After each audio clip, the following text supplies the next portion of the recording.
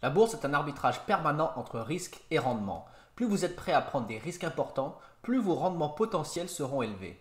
Moins vous êtes prêt à supporter le risque, moins vos rendements potentiels seront élevés. C'est pourquoi il est important de bien comprendre le risque afin de souscrire à des produits qui vous permettront d'atteindre vos objectifs financiers avec la part de risque à laquelle vous êtes confortable. Mais qu'est-ce que le risque? Comment le définir? Quels sont les types de risques qui existent en bourse? Et surtout, comment faire pour minimiser le risque? C'est le sujet de cette vidéo.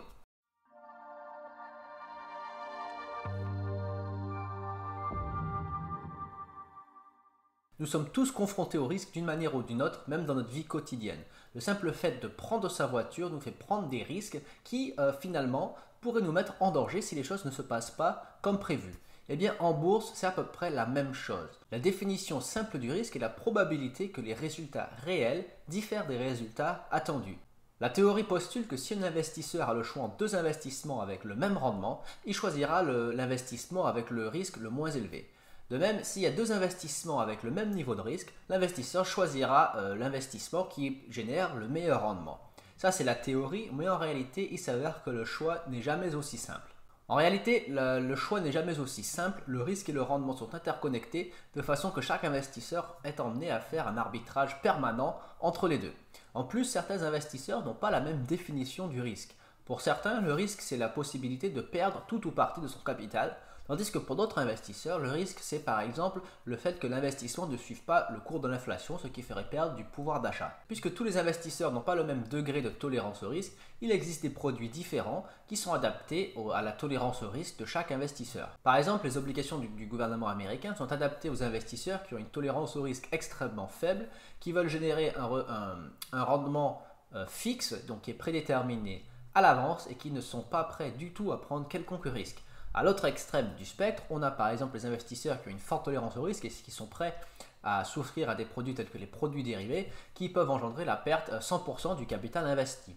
Donc, bien entendu, la majorité des produits financiers ont une part de risque qui tombe entre les deux de ces extrémités. Il existe deux types de risques principaux et chacun de ces types de risques comporte des sous-catégories. Donc les deux types de risques principaux auxquels qu'on va rencontrer en bourse, c'est le risque systématique et le risque non systématique. Donc le risque systématique fait référence au risque inhérent à la bourse tout entière. On l'appelle aussi le risque non diversifiable, on l'appelle la volatilité ou le risque du marché.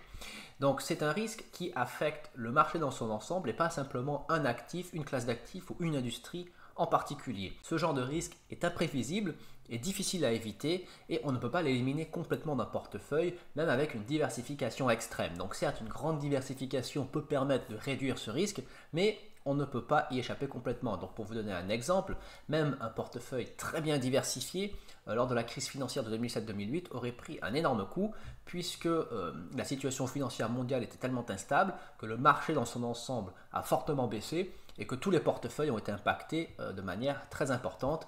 C'est pareil en mars 2020 pendant la crise du coronavirus, tout le marché a eu un choc externe, donc le choc du coronavirus qui a ralenti l'économie mondiale, donc qui a mis l'économie mondiale à l'arrêt pendant un certain temps, et bien tous les portefeuilles ont été impactés, peu importe le niveau de diversification, vous aurez pris un gros coup. Donc ça c'est le risque du marché, c'est le risque qui affecte l'ensemble des actifs boursiers. En premier, on peut citer les taux d'intérêt.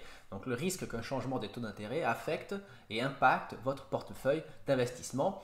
Par exemple, la bourse tout entière peut être affectée par une annonce de changement des taux d'intérêt par la Réserve fédérale, même si vous avez des actions de très haute qualité qui ne seront pas impactées par une hausse ou une baisse des taux d'intérêt. Les simples faits que la Réserve fédérale change de taux directeur peut avoir un impact sur le marché dans son ensemble, puisque les investisseurs psychologiquement s'attendront soit à une récession, soit à une expansion économique, ce qui aura un impact sur le marché dans son ensemble, donc aux actions que vous détenez dans votre portefeuille. Un deuxième type de risque systématique, ça peut être par exemple ce qu'on appelle le risque sur le prix des actions. Donc ça revient à ce qu'on disait lorsqu'on parle d'un choc externe, c'est lors d'une crise économique majeure, eh bien, le marché dans son ensemble sera affecté et donc les valeurs que vous détenez en portefeuille seront impactées aussi. On peut parler aussi du risque des taux de change. Donc si vous avez des investissements dans des pays étrangers ou des actions d'entreprises étrangères qui sont cotées sur des marchés étrangers, eh bien, une fluctuation des taux de change pourra faire baisser la valeur de vos investissements. On peut parler aussi par exemple du risque lié aux matières premières, donc le fait que le changement des cours des matières premières, comme par exemple le pétrole, peut avoir un effet sur le marché dans son ensemble, ou sur un très large éventail d'actifs boursiers du simple fait que le pétrole est une ressource absolument essentielle au bon fonctionnement de l'économie mondiale. Et enfin, on peut parler du risque politique, donc le fait que des décisions politiques peuvent affecter la bourse dans son ensemble. Ce sont des choses qui peuvent être assez imprévisibles et difficiles à contrôler pour un investisseur, et la diversification ne vous protégera pas forcément en cas de risque politique majeur. On peut prendre par exemple un exemple, c'est la décision du gouvernement chinois de nationaliser certains secteurs de son économie. Il me semble par exemple le secteur de l'éducation. Ça a eu un gros impact sur les investissements des investisseurs étrangers. Du jour au lendemain, les secteurs ont été nationalisés, donc ils ont perdu quasiment 100% de leur investissement.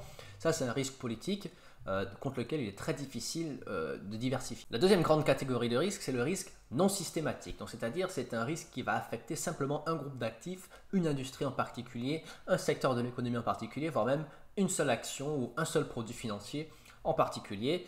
En général, cela est dû à l'émergence d'une nouvelle information qui va faire réagir les investisseurs d'une certaine façon par rapport à l'actif en question. Donc, par exemple, une décision de l'OPEC peut faire augmenter ou chuter le cours du pétrole.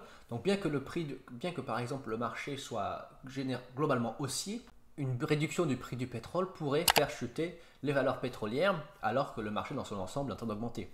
De même, il suffit d'une information qui sorte sur une entreprise et le cours de cette entreprise peut chuter alors que le marché dans son ensemble est en train d'augmenter. Ou au contraire, si le marché dans son ensemble baisse, mais qu'une entreprise en particulier a une très bonne information quant à ses affaires, un produit qu'elle commercialise, eh bien le cours de cette entreprise pourra augmenter. Donc ça, c'est ce qu'on appelle un risque spécifique, un risque non systématique, donc qui affecte principalement un actif et non pas le marché dans son ensemble. Donc ça, ce sont les deux grandes catégories de risques. À l'intérieur des risques non systématiques, on peut citer donc par exemple le risque, on appelle le risque des affaires, donc c'est-à-dire le risque inhérent à chaque entreprise. Une entreprise peut avoir des bonnes nouvelles, des mauvaises nouvelles, des bons résultats financiers, des mauvais résultats financiers, des scandales qui vont venir affecter la fluctuation de son cours, qui vont soit attirer les investisseurs et faire grimper le cours, soit faire fuir les investisseurs et faire chuter le cours. Ensuite, on peut parler par exemple du risque de défaut, donc le risque de banqueroute. Donc si vous souscrivez à une obligation d'entreprise ou une obligation d'État, il y a toujours un risque que l'État ou l'entreprise fasse faillite et ne puisse pas honorer donc le paiement des taux d'intérêt annuels ou le remboursement du principal à la date de maturité de l'obligation. Donc ça, c'est un risque également auquel vous êtes confronté. Et si une entreprise fait faillite et que vous détenez des actions ordinaires, eh bien vous êtes à la fin de la queue. Donc quand les actifs de l'entreprise sont liquidés, les détenteurs d'actions ordinaires en fait n'ont pratiquement aucun droit sur les actifs de l'entreprise, ou du moins ils sont parmi les derniers à récupérer leur argent. Donc ça, c'est toujours un risque qui existe. On peut citer aussi par exemple le risque de liquidité. Donc un actif liquide est un actif qui est facile à convertir en cash rapidement. Donc c'est-à-dire si vous détenez une action Apple, il sera très facile de vendre cette action Apple sur les marchés quand bon vous semble et à un très bon prix, puisque les spreads seront très faibles. Alors que si vous achetez une action, on va dire qui est cotée sur un marché secondaire, donc là par exemple ça peut être beaucoup plus difficile de s'en débarrasser, puisqu'il existe un très petit marché, un très petit nombre de personnes qui sont prêtes à acheter ou revendre ces actions là, ce qui veut dire que vous avez un risque de ne pas pouvoir vendre ces actions et vous en séparer quand bon vous semble. Et ça fait partie également des risques. C'est également le cas lorsque vous investissez sur des marchés étrangers. Et parfois, il se peut que la liquidité est inférieure aux grands marchés, on va dire américains ou français ou allemands ou anglais, où il y a un très fort volume d'échanges quotidiens. Donc sachez que lorsque vous investissez sur des petites entreprises qui sont cotées sur des marchés secondaires ou sur des marchés exotiques, il y a un risque de liquidité qui existe. Alors, comme vous pouvez le constater, il existe beaucoup de risques différents. Et donc la question que beaucoup de gens vont se poser, c'est comment faire pour minimiser ces risques. Alors comme on a dit, le risque systématique est très difficile à éliminer complètement. On peut le minimiser en étant très diversifié. Néanmoins, c'est un risque qui impactera votre portefeuille, peu importe ce qui se passe. Par contre, le risque non systématique, on peut le réduire en se diversifiant. Alors la diversification, j'ai déjà fait une vidéo à ce sujet que vous pouvez consulter. La diversification, c'est une stratégie qui consiste à investir dans différentes classes d'actifs, différents types d'actifs à l'intérieur d'une même classe d'actifs, afin de minimiser le risque inhérent à chaque produit et en fait qui vise à décorréler les rendements les uns des autres. Donc avoir des produits dont les changements de cours et les trajectoires, on va dire, d'appréciation de prix seront décorrélés les uns des autres. Donc les performances ne seront pas liées les unes aux autres. Alors qu'est-ce que cela veut dire concrètement? Donc la première chose, c'est une diversification à travers les différentes classes d'actifs. Donc vous pouvez investir dans des obligations, dans des actions ordinaires, des actions préférentielles, certains produits dérivés. Cela vous fera une diversification à travers différentes classes d'actifs boursiers. Mais ensuite, à l'intérieur de chaque classe d'actifs, vous pouvez également vous diversifier en ayant des obligations, par exemple, d'État développé, des obligations d'État en développement, ou alors des obligations à court terme, des obligations à plus long terme. Ça, c'est la diversification à l'intérieur d'une classe d'actifs. Pareil pour les actions. Vous pouvez avoir des actions de technologie, des actions du secteur pétrolier, des actions d'entreprises spécialisées dans l'investissement immobilier, etc. Vous pouvez avoir des ETF qui donc reproduisent l'indice d'un marché boursier américain ou un ETF qui reproduit la performance de l'économie mondiale. Tout ça, c'est la diversification à l'intérieur d'une même classe d'actifs. Et donc, il est important d'avoir ces deux types de diversification qui vous permettent de minimiser les différents risques qu'on a exposés. La diversification, c'est un processus continu qui n'est jamais complètement terminé. Il faut continuellement revisiter son portefeuille, le rééquilibrer afin d'être sûr que l'allocation d'actifs qu'on a choisi est toujours en adéquation avec nos objectifs d'investissement et de bien analyser les produits qu'on détient afin d'être sûr que leur niveau de risque n'a pas changé. Donc la diversification, c'est une stratégie en continu. Ce n'est pas une fois qu'on a diversifié que le portefeuille qu'on a construit est bon pour toujours. Il faut le revisiter périodiquement afin de s'assurer que la diversification est toujours adéquate. Cela dit, la diversification a quand même des limites. Donc si vous achetez des actions individuelles par exemple, des études ont montré que à partir de 25 ou 30 actions, ajouter des actions supplémentaires dans le portefeuille n'aura pas un grand impact sur la réduction du risque.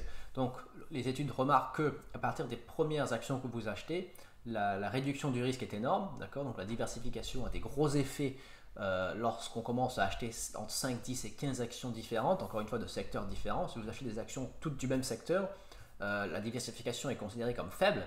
Donc il faut avoir des actions d'industries et de secteurs différentes afin que la diversification soit optimale. Donc on remarque qu'à partir des premières actions qu'on achète, la réduction du risque est importante, mais au fur et à mesure qu'on ajoute de plus en plus d'actions dans le portefeuille, les effets de la diversification diminuent et à partir de la 31e action, en réalité, la réduction du risque n'est pas importante.